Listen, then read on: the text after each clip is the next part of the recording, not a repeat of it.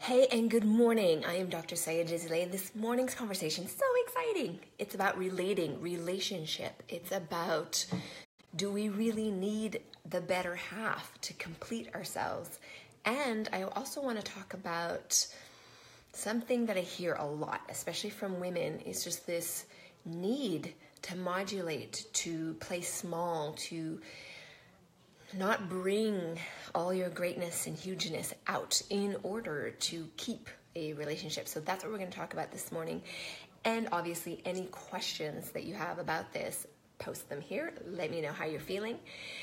So let's jump in because it's a beautiful Saturday and who wants to be online all day, right? So here we go. I have a very clear idea. When I grew up, people always would talk about their better half. And people would always say, you're gonna, complete yourself with this other person and finding the one, find the one. And even now with all the consciousness that we have around relationships, I still hear the search for the one, for the beloved. And it's a beautiful desire. It's a deep heart desire. It's something that I think everyone actually goes through at one point or another in different phases of their lives. So I want to honor that desire first before we look at it more closely, because the desire to be met in a relationship is a powerful and amazing desire. So if you have that, I want to honor that.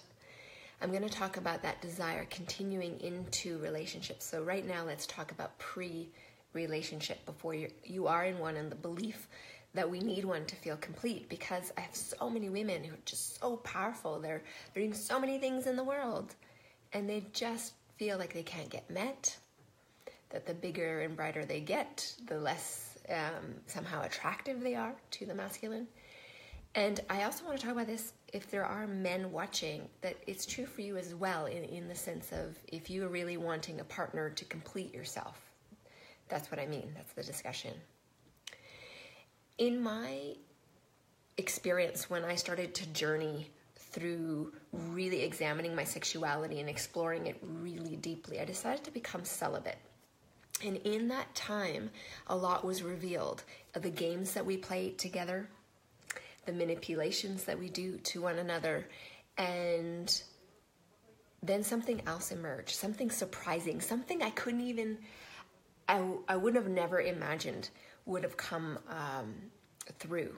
And hi, Tanya, I'm so happy you're here from South Africa. My God, it's the evening there, I think. Awesome. So what happened was there was a moment in the experiences that I was having, because I started to have cosmic orgasms just by breathing and being. And I started to feel this feeling of fulfillment, this feeling of satiation that I had never actually felt when I was in relationship. Hi, Fatima from Richmond. So this is really important to consider, because in our world, we don't talk about feeling fulfilled and feeling satiated and feeling whole onto ourselves. It's not something we talk about. I think because we're such a marriage-heavy society, and we really push pair bonding, which is great. I don't see anything wrong with it. But there are ideas, especially in younger people, and at the time I was in my early 20s when I went through this, where you really feel like you're just not enough if you're not partnered. And what I was experiencing on my own was my enoughness, was my worthiness of a love that was so big. It was outside of my human heart, let's say. It was cosmic, it was big, it was a massive love. My friend Tim Freak calls it the big love. It was big love. And it was in that moment that I actually had a conundrum. As ecstatic as it was, there was this moment where I was like, oh my God, how am I ever going to relate to another human being again? How? This is so spectacular and so fulfilling and so good. How am I going to bridge the gap? And I was really upset, actually. So even though I was having this expanded experience, because I actually wanted to share my life with someone, that was a genuine desire for me, to have companionship and a partner in life.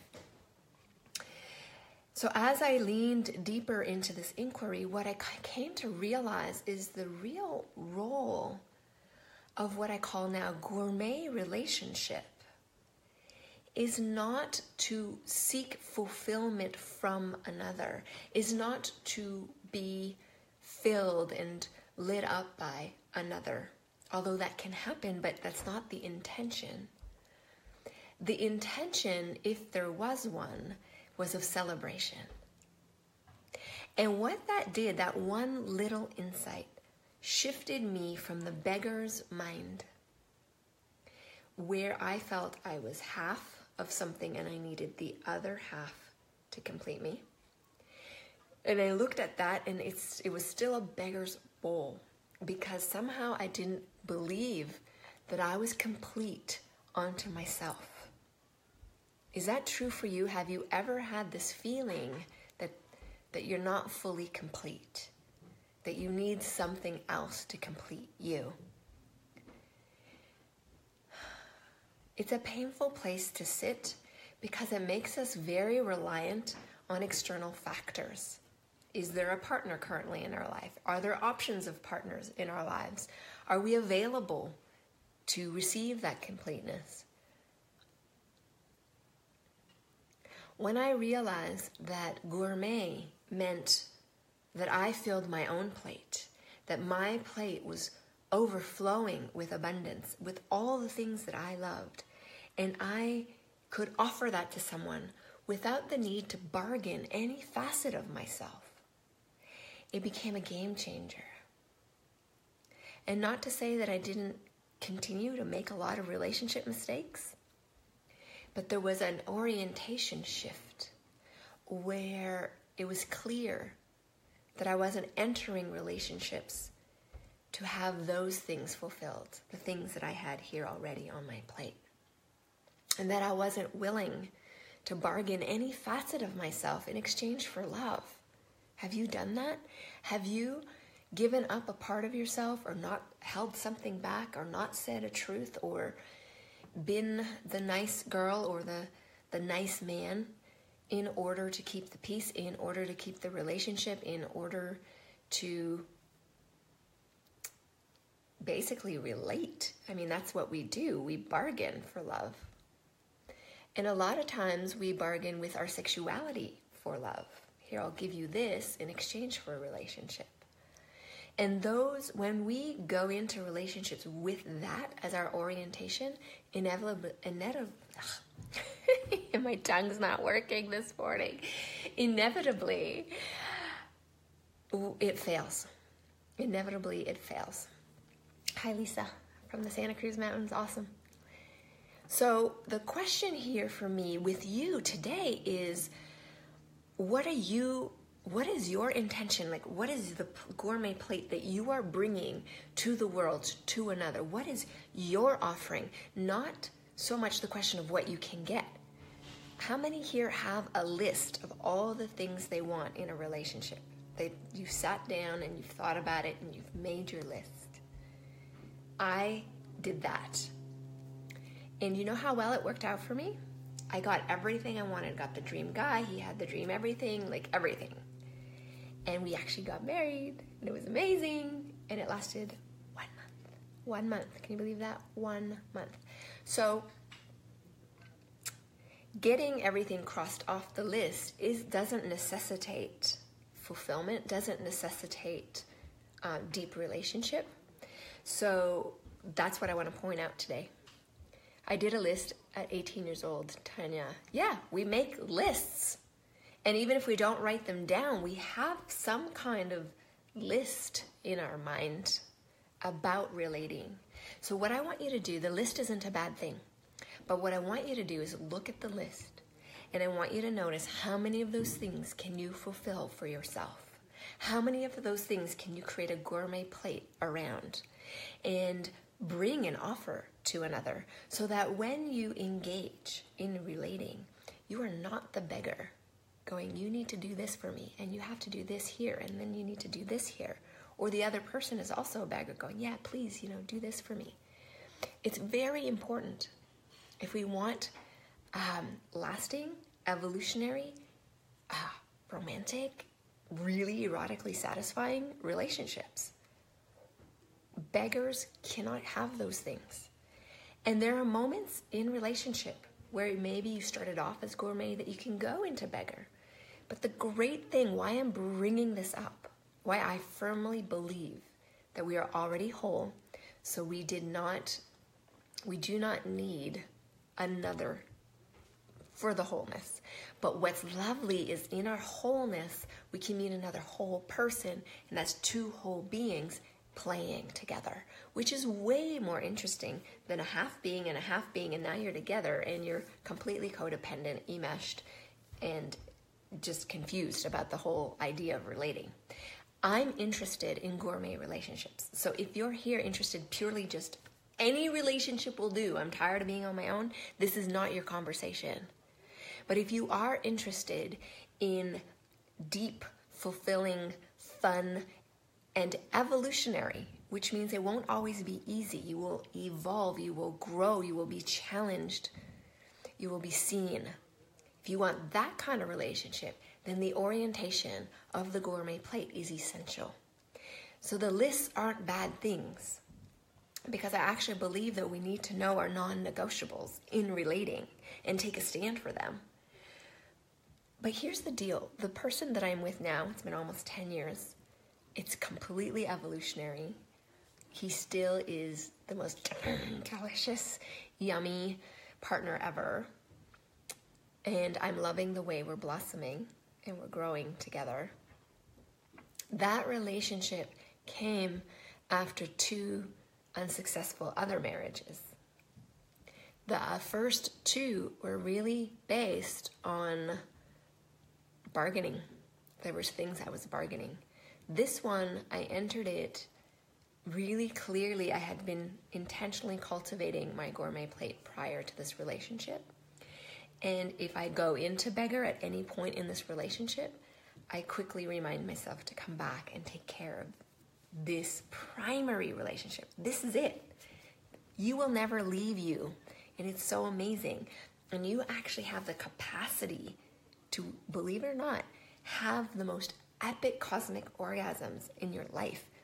Probably not even with masturbation, but by residing deeply in your own essence. I like to call it marinating in our own essence. I got that from a student of mine years ago.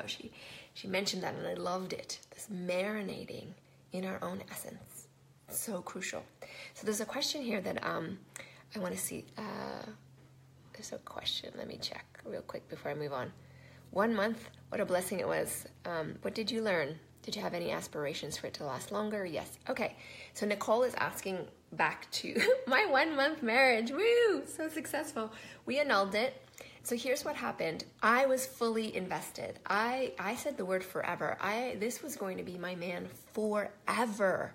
So when he came to me and said that we needed to annul it after 1 month, it was devastating. It broke me, actually. It broke me. I couldn't eat. I think it was about 3 months where I didn't eat. And I'm small, so if I don't eat, it's like heroin junkie looking time. It's awful. But I'm so dedicated and devotional that I wanted to see if we could fix it or make it better or something. And no, it wasn't never going to be fixed. So I did learn a lot. I learned about something I call socially mandated desires or domesticated desires. Desires that I was taught to learn to want. That whole list that I'd made, the majority of the things on that list were learned desires. They weren't true to my authentic deep heart, because at that time in my life, no one had ever said that I could spend time contemplating my own deep heart and what would be in there, and it could be possible to take a stand for that. So no, I was molded by the world that I was living in with the things that I thought I should have in a partner. And I got all those things, and it was completely dissatisfying, and obviously it didn't last. So that was a really big lesson. The other thing that I learned is, because in that moment I really felt like, what is wrong with me? Why would this person not want to stay in a relationship with me? So I took it personal in a very deep way, and I thought I was the ugliest person on all the planet. And there was a moment where I got to look at my own ugliness really deep. I mean, I was like on the floor crying, completely disabled by the experience. And I didn't want to open my eyes and look at the depths of my ugliness. But I forced myself to. And what I saw there was love. So what I learned in the heartbreak was that I was incredibly lovable. And then the last thing that I learned was that I had a very powerful gift to offer the world, and it was being inhibited by deferring to my partner, who at the time was a very famous teacher in the Tantric and Taoist arts. And I would defer to him, and when this happened, I self-sourced and I emerged into the world with my own method, with my own way of working with sexual energy. And so that's how my career actually started. Isn't that amazing? So amazing. So I just want to go, there's a few more. Hi everybody, yay for joining. Why did the relationship cease, if you're willing to share? Sure, absolutely. It ceased originally because he wanted annulment. I found out a lot later that the day this man asked me to marry him, which was an incredible day for me, if you think about it, because it was the man of my dreams.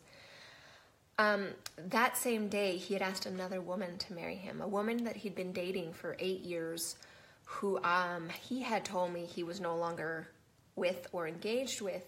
He asked her that morning to marry him, and she said no. So to hurt her, he turned around and asked me, and I said yes.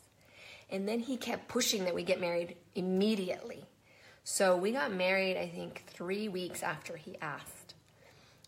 And the reason for that is he wanted to create a lot of pain for this other woman. But I didn't know that at the time. I thought he was wanting to marry me because it was me and I was amazing and he loved me, which wasn't true at all. So, of course, he'd want to annul it. He felt incredibly guilty and awful. And then she ended up in the hospital from just being uber stressed. It was quite a chaotic scenario. But I didn't learn all of that until much later. So sometimes I feel like that things happen in our lives to teach us things and to learn things and to grow and to reveal. And sometimes it's painful. But I didn't identify with that pain. I used the pain to birth what I am now doing in the world, which is amazing. So I'm grateful. And in the learning of coming back home to myself, of making myself the number one relationship, the priority, that's unshakable. No one can, I am not going to come to myself and say, guess what, we have, that's it. I'm done. We need to annul this connection. No, this connection is forever. It's this amazing, precious, deep connection. And so what does this being love? And then when I relate right now with my partner, I bring that. I bring this deep love of myself and the mystery of myself to him and vice versa. And that's amazing because there's a lot of freedom in just fully being yourself. My second marriage was another bargaining issue, in part for being able to enjoy living in the U.S. I did love the man at the time, but I was Canadian and it was hard to come back and forth. So we decided to get married, and I just wasn't being met, and I stayed in that relationship far too long with, again, the hope that we could make it work and all of that. And so in that relationship is when, so that's now you're fast forwarding to early 30s, in that relationship is when I started to really look at gourmet relationship and self-cultivation and the inner marriage practice, which is something is more the advanced work that I teach. And as I did that more and more and more, it became clear that we needed to go our own ways, and we did. And that was great. And the man that I'm with now showed up very quickly after that. And there was this vibrational match because I'd actually spent quite a few years cultivating the inner marriage within myself and really getting to understand what unconditional love was. Could I love this man that was impossible just as he was without needing him to change? And could I love myself? And what did I need to thrive? And at some point it became clear that what I needed to thrive was not in that relationship, although that relationship provided many things. So gourmet relationship is daring. It's audacious. It's edgy because it evolves. You don't do relationship. Like who I am today is going to be very different than a week and a month and a year from now. And I need to be able to dynamically engage with life, with my heart, with my beloved, with people in a way that's true in living in the moment. And what we do with relationship, it's like a thing on a to-do list. Relationship, check. And then it's over. We don't pay attention to it. But relationships only thrive to the degree of what we offer it as our fertile offering. So that takes me to the next conversation. So thanks, Nicole, for those questions. Those were great. Okay, hang on. There's one more question from Nicole. How to marinate from your perspective in plural relationship context, like solo polyamory. I imagine similar principles apply inside these relationships. Yes, Nicole. So I'm less concerned with how you're doing relationships, whether it's with a man, with a woman, with a dyad, with a community. The principles are always the same. This is primary relationship. Number one, this. And being impeccable with your own heart and your own sexuality and your own mind and spirit and essence. This is so important. The mistake that I see in most relationships, not all, but most, is that we start to modulate ourselves so that we can keep the relationship. And that's actually, in the long run, detrimental. It's an interesting experiment, but it's detrimental. So the idea of marinating in your own essence, we don't know ourselves. We're not a society that encourages individuals to be sovereign.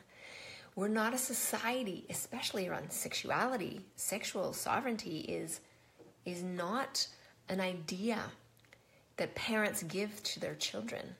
It's not an idea that school teachers pass on to their students. It's not an idea of our leaders leading us. They're not leading with sexual sovereignty. They're not leading with our own sovereignty. There's a vast assumption that we are powerless and that we need this and this and this and this. In sovereignty, and so relationship, the only way that I see it working is that I know that I am powerful and you are powerful. So if you and I are relating, you're powerful, I'm powerful. And when we see it that way, there's nothing I need to hold back or modulate or hide because we are both powerful. I trust that you will be able to reflect back your own living truth when I reflect mine. But we can't know what that living truth is if we don't spend time developing this primary relationship in our own gourmet plate. So a great beginner place is to literally spend time alone. And when you're alone, you're not on Facebook or any social media. You're not watching TV. You're not lost in a book. You're literally alone in your own company. And you're asking yourself, what would I really enjoy right now? What do I need to feel even more wonderful in my life? And then you do it. It could be just a bath with some rose petals. It could be reading a book. But first you're checking in and you gift yourself that. Maybe it's a self-love making session. Maybe it's going out and having a lot of fun dancing. But it's coming from the orientation of feeding and nourishing this incredible being that is you. Number one, I think poly relationships can be very successful if everyone is individuated and everyone is sovereign in their sexuality, in themselves, in their hearts, and there's a profound transparency that we see each other as powerful within those relationships. We see everyone in the relationship as powerful, and therefore we don't withhold our truth, and we don't withhold what's important, and we deliver it with deep respect and reverence of other. Those things cannot happen if we don't have a deep respect and reverence of ourselves. So, to come back to the questions of this Facebook Live, is it actually true that we need a better half to feel complete? In my experience, no. We need to actually feel complete before we join with other. That's my stance. Do we need to dim our light to keep other interested, to keep other safe, to keep other here with us? And I say no. Here's why. Modulation is a lie. I'm sorry. You modulate, you're lying. And it's really harmful to who you really are as a being here and what you're here to do on this beautiful planet and how you're meant to touch and affect the lives that you touch and affect. You're robbing people of your incredible gift, your genius, your essence when you modulate. So it's very daring. That's why I have the Daring Project. To encourage, sorry guys, it's only for women at this time, but it's to encourage women to lean into their edges, to dare to feel the areas of our lives that we don't want to really look at, and to dare look at them, and to dare look at them through the lens of being sovereign. That's the difference. So the question is now, hi Judith, I love that you're here. So the question is now to start to notice where you withhold your truth.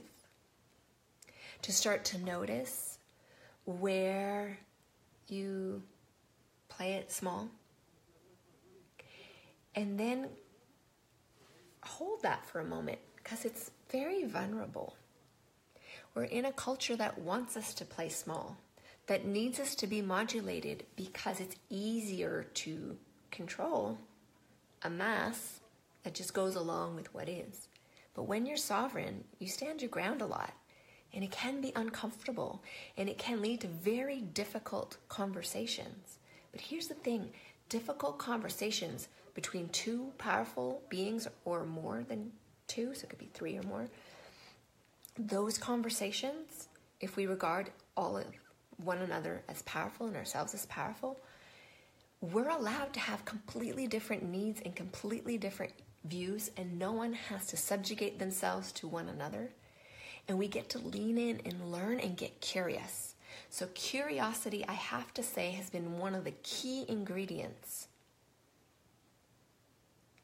to the success of my relationship, especially in the hard moments. Oh my God, when I just don't get what's going on. Curiosity. And when my partner gives me curiosity about something he doesn't understand, wow. Or a friend or a colleague, we misunderstand each other a majority of the time because we're living often in projection. So when we can pull that projection back and really then get vulnerable and go, here's what I'm really feeling and here's what I need, and it's so scary for me to share this right now because I think you're going to leave me if I share this. That is gourmet relationship at its best, because that's you, fully you, without bargaining any part of yourself. And that's beautiful.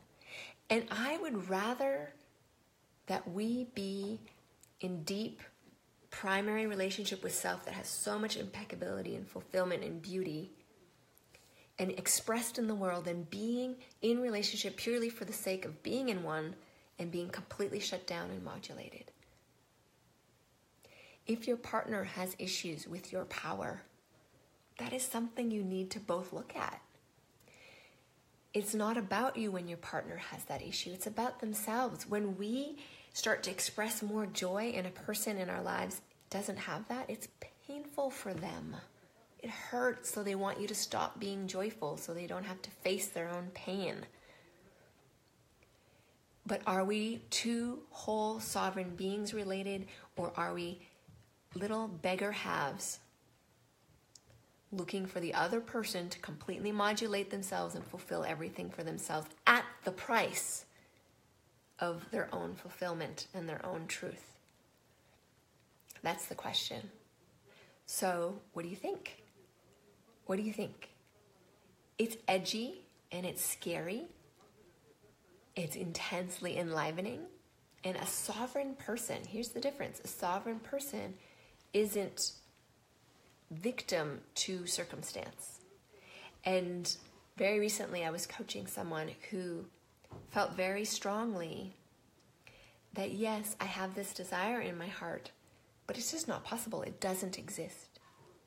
So I want to address that in the last part of this call before we go, okay?